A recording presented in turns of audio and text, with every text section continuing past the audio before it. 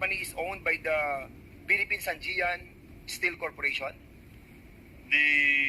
Your Honor, the name in the was reported to me, Your Honor, is Oro One. This Oro One Incorporated, Your Honor. Oro One? Yes, Your Honor. Is it a part of the PBDEC, the Philippine Industrial Authority?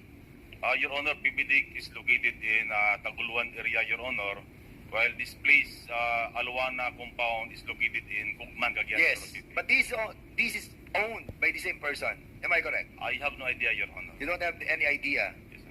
but I have an idea. I have an answer to my question. This is owned by the same person. And you know who owned the same place? The Philippine Sangia Steel Corporation, and that one that you have inspected? Again, Your Honor. Kilala mo ba